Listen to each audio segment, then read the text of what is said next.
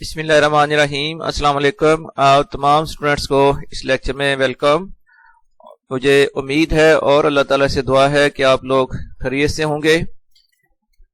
तो आज के लिए टॉपिक है work done by a constant force. सबसे पहले अगर डिफाइन करें तो work done on a body by a constant force is defined as the product of magnitude of displacement and the component of force in the direction of displacement। तो basically ये दो quantities की product है। उनमें से एक quantity है magnitude of displacement और सेकंड क्वांटिटी है component of force which is in the direction of displacement. तो work done is defined as the product of magnitude of displacement and the component of force। Force का वो हिस्सा, वो component that is in the direction of displacement, जो कि displacement के parallel होगा या हम कह लें कि डिस्प्लेसमेंट की डायरेक्शन में होगा। इसके लिए हम फर्दर कंसीडर करेंगे एक बॉडी है जिस पर एक फोर्स अप्लाई की गई है F, और ये फोर्स हॉरिजॉन्टल डायरेक्शन के साथ एंगल प्रोड्यूस करती है, एंगल थीटा, और इस फोर्स के अंदर ये बॉडी मूव्स करती है टू डिस्प्लेसमेंट d। तो हमने डिस्प्लेसमेंट d मूव करते हुए बॉडी पर किया गया वर्क डन कैलकुलेट करना है। इसके लिए देखिए कि इस फोर्स को दो परपेंडिकुलर कंपोनेंट्स में स्प्लिट किया जा सकता है। एक कंपोनेंट है जो कि डिस्प्लेसमेंट की डायरेक्शन में है F cos theta. Second component है जो कि परपेंडिकुलर है डिस्प्लेसमेंट के, वो है F sin theta.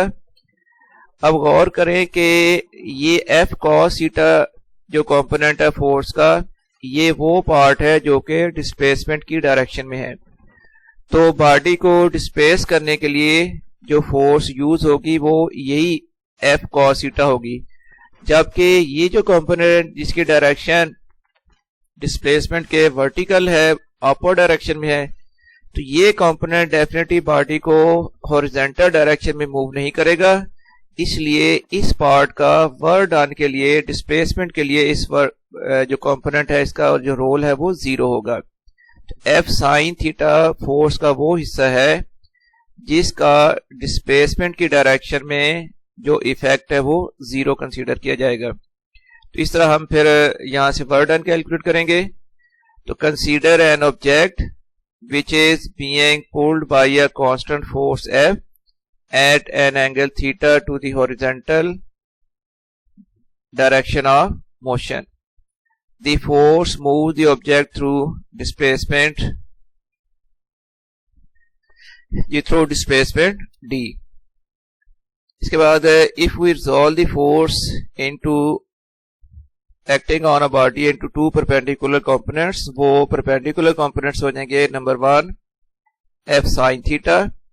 F sin theta force का वो पार्ट है perpendicular to displacement and has no role in doing the work. Second part है जो कि है F cos theta. F cos theta force का वो पार्ट है along the displacement does the work. तो ये F cos थीटा है वो बॉडी को मूव करेगा और वर्क डन में जो रोल होगा वो सिर्फ F cos थीटा का होगा। अब हम कैलकुलेट करेंगे इसके लिए वर्क डन। तो work W done by the force F is the product of displacement and component of force in the direction of displacement। तो गौर करें कि डिस्प्लेसमेंट D है और component of force in the direction of displacement वो है F cos theta. इन दो components की, इन दो टर्म्स की प्रोडक्ट इक्वल टू आ जाएगी वर्क डन। तो F cos theta multiplied by D, या हम इसको लिख सकते हैं FD cos थीटा। और FD cos थीटा गौर करें ये टर्म जो है that is equal to magnitude of F dot D। देखिए दो वेक्टर्स की अगर हम स्केलर प्रोडक्ट करें a डॉट बी वो इक्वल होती है ए बी कॉस थीटा। इसी तरह F D cos theta equal आ जाएगा scalar product of force and displacement. इस तरह हम वर्क को एक दूसरी तरह भी डिफाइन कर सकते हैं कि work done is equal to scalar product of force and displacement. Thus work done on a body by a constant force can also be defined as the scalar product of force and displacement। तो ये दो quantities की product जो है that is equal to work done. ये है calculation method और इसके अलावा हम ग्राफिकली मेथड से भी वर्क डन कैलकुलेट कर सकते हैं। तो ग्राफिकली मेथड से वर्क डन कैसे कैलकुलेट किया जाएगा अभी हम ये डिस्कस करेंगे।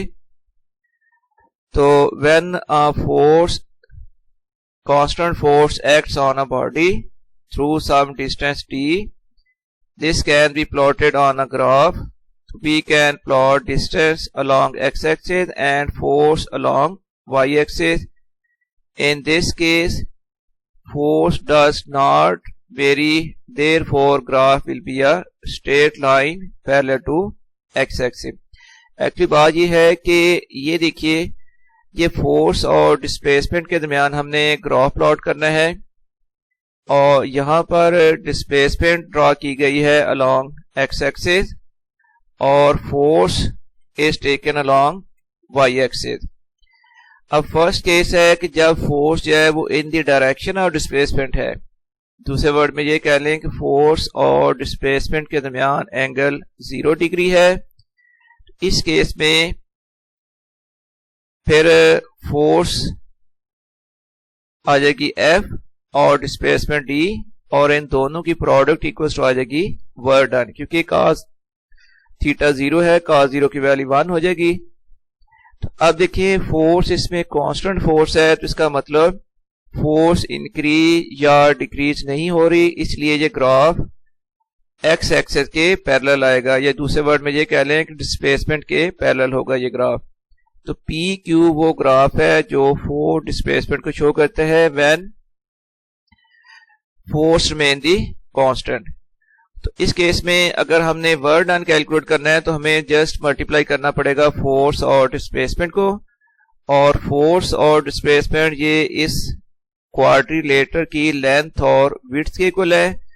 इसका मतलब है कि जब लेंथ और विड्थ मल्टीप्लाई हो जाएंगी तो length multiply by breadth equals to numerically equals हो जाएगा एरिया ऑफ द फिगर। दूसरे केस में है कि अगर फोर्स बॉडी पर एंगल थीटा के साथ एक्ट कर रही है, फिर फोर्स का वो पार्ट जो बॉडी को मूव करेगा जो डिस्प्लेसमेंट की डायरेक्शन में होगा वो कंपोनेंट हो जाएगा एफ कॉस थीटा। इसलिए अब ग्राफ प्लॉट किया जाएगा between F cos theta and D के दरमियान। When force is acting parallel to displacement, work done is given as work W equal हो जाएगा F मल्टीप्लाइड बाई D, और F इस रेक्टेंगल की विड्थ कंसीडर करें और D इसकी लेंथ, तो width multiplied by length equal आ जाएगा area of the parallelogram area of the rectangle OPQR। दूसरा केस ये है जब फोर्स जो है वो डिस्प्लेसमेंट के पैरेलल की बजाय एंगल थीटा के साथ एक्ट करे, तो then when force is acting at an angle theta to the displacement, the component of force in the direction of displacement will be f cos theta. तो force का फिर वो कंपोनेंट जो displacement की डायरेक्शन में होगा वो हो जाएगा एफ कॉस थीटा। इस केस में अगर हम वर्क डन कैलकुलेट करें तो हम करेंगे F cos theta multiplied by D, और एफ कॉस थीटा अब है इस रेक्टेंगल की विड्थ और डी है इसकी लेंथ, तो width multiplied by length equal आ जाएगा एरिया ऑफ फिगर OPQR। तो इन दो रिजल्ट्स की बेस पर हम कंक्लूड कर सकते हैं कि ग्राफिकली जब फोर्स और डिस्प्लेसमेंट के दरमियान ग्राफ प्लॉट किया जाए तो देन एरिया इक्वल होता है देन डिस्टेंस देन एरिया और द फिगर इक्वल होगा वर्क डन। तो दूसरे वर्ड में आप ये कह लें कि area between force displacement graph and displacement axis is numerically equals to work done. We can conclude that graphically work done is equals to area under force displacement graph and displacement axis. ये है इसका result या conclusion. फिर इसके बाद work की कुछ characteristics हैं, कुछ इसकी प्रॉपर्टीज हैं, वो बेसिक जो फार्मूला है वहां से हम डिराइव कर सकते हैं। सबसे पहला ये है कि work is a scalar quantity. उसकी वजह ये है कि वर्क जो है वो स्केलर प्रोडक्ट है फोर्स और डिस्प्लेसमेंट की, और दो वेक्टर्स की अगर स्केलर प्रोडक्ट की जाए तो वो एक स्केलर क्वांटिटी होती है। So that is why work is a scalar quantity.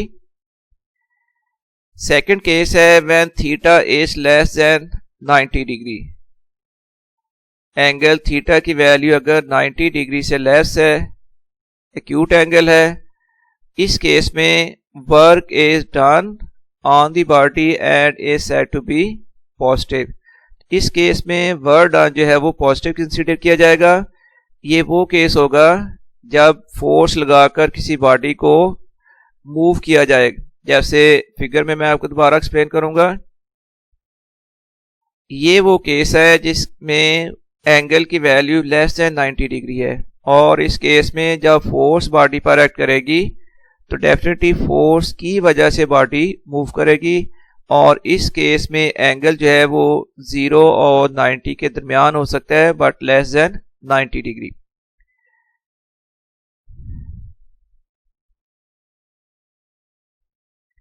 इस केस में वर्क डन पॉजिटिव होगा जो कि वर्क डन किया जाएगा on the body. Second case है if theta is greater than 90 degree. जब थीटा की वैल्यू 90 से ग्रेटर हो जाए तो एक्चुअली ये वो केस होगा जब फोर्स जो है वो बॉडी को मूव नहीं कर रही, बल्कि बॉडी जो है वो फोर्स लगाने वाली एजेंसी को मूव कर रही होती है। जैसे गाड़ी अगर आगे की तरफ मूव कर रही है और हम उसको बैकवर्ड डायरेक्शन में फोर्स लगाकर खींचने की कोशिश करें, अब बॉडी यानी वो जो गाड़ी होगी वो फोर्स लगाने वाले को खींच रही है। इस केस में work done by the body हो जाएगा that is taken as negative. इसका मतलब अगर आपने किसी बॉडी पर फोर्स लगाई है और आप उसको मूव करने की बजाय वो बॉडी आपको मूव करके लेके जा रही है, आपको खींच रही है, ड्रैग कर रही है, इस केस में उस बॉडी का फोर्स लगाने वाले पर जो वर्क होगा वो नेगेटिव कंसीडर किया जाएगा। इस केस में वर्क डन जो है वो नेगेटिव होगा। थर्ड केस है कि जब एंगल थीटा की वैल्यू 90 डिग्री हो जाए, मतलब ये कि फोर्स जो है वो डिस्प्लेसमेंट के परपेंडिकुलर हो जाए। तो जैसे एफ साइन थीटा कंपोनेंट था, इस केस में इस कंपोनेंट का वर्क डन के लिए कंट्रीब्यूशन 0 हो जाएगा। तो इस केस में नो वर्क इज डन। उसकी वजह यह है कि वर्क डन इक्वल होता है एफ कॉस थीटा।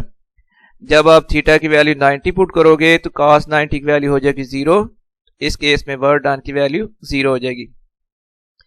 नंबर फिर 5 है SI unit of work is जॉल, और 1 जॉल इक्वल होता है 1 न्यूटन मीटर के। तो ये इसका ऐसे यूनिट है जॉल, और 1 जॉल इक्वल हो जाएगा 1 न्यूटन मीटर के इक्वल।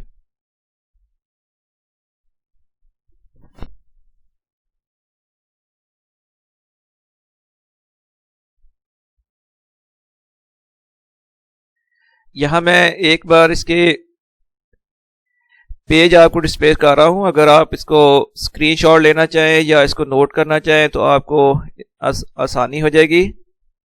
ये फर्स्ट पेज,